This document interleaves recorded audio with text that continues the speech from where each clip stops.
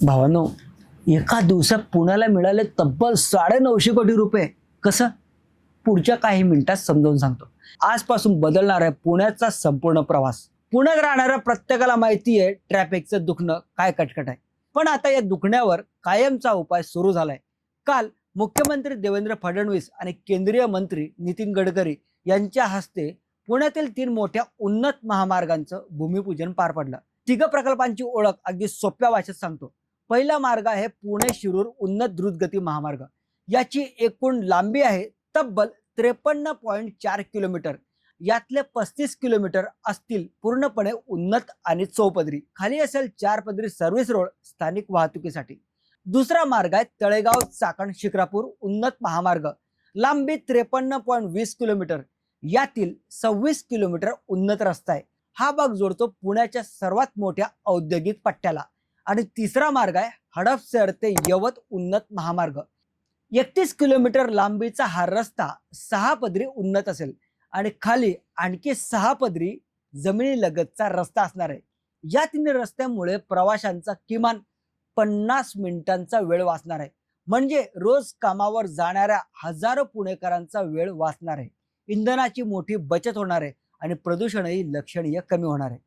आता सर्वात महत्त्वाची गोष्ट जी खरंच कौतुकास्पद आहे, या 3 प्रकल्पासाठी पहिल्यांदाच एक नवीन बिल्ड ऑपरेट ट्रान्सपोर्ट पद्धत वापरली गेली आहे. त्यामुळे फक्त टोल भरून पैसे मिळणार नाहीत, तर कंपन्या सरकारला आधीच मोठा निधी देणार आहे. पुणे शिरूर प्रकल्पातून सरकारला मिळणार आहे 500 कोटी रुपये. तळेगाव चाकण शिक्रापूर प्रकल्पातून मिळणार आहेत 300 कोटी रुपये आणि हडपसर यवत प्रकल्पातून मिळणार आहेत 150 कोटी रुपये. म्हणजे एकूण जवळपास 950 कोटी रुपये थेट सरकारी तिजोरीत जमा होणार आहे. बाबू भैया बहुत पैसा मिलेगा. हा पैसा वापरला जाणार आहे या भूसंपादनासाठी, म्हणजे नव्या प्रकल्पांसाठी जमीन घेण्यासाठी. थोडक्यात काय तर एकाच वेळेस रस्ते तयार होणार आणि सरकारचा फायदाही होणार. आणखी एक इंटरेस्टिंग गोष्ट म्हणजे डबल डेकर मॉडेल. हे काय आहे? पुणे शिरूर आणि हडपसर यवत या मार्गावर उन्नत रस्त्याच्या वरच मेट्रोचा ट्रॅक उभारला जाणार आहे. यामुळे भविष्यातला मेट्रो प्रकल्पाचाही खर्च तब्बल 40% कमी होणार आहे असं म्हटलं जाते. म्हणजे एकाच जागेत रस्ता आणि मेट्रो दोन्ही सुविधा एकत्र. मुख्यमंत्री देवेंद्र फडणवीस यांनी अजून एक गुड न्यूज दिली आहे. पुरंदर विमानतळाचं भूसंपादन वेगाने पूर्ण होत चाललंय. याच वर्षी निविदा प्रक्रिया पूर्ण करून प्रत्यक्ष काम सुरू करण्याचा प्रयत्न आहे. विमानतळ तयार होईपर्यंत रस्ता आणि मेट्रो कनेक्टिव्हिटी उपलब्ध करून दिल्या जाणार आहेत.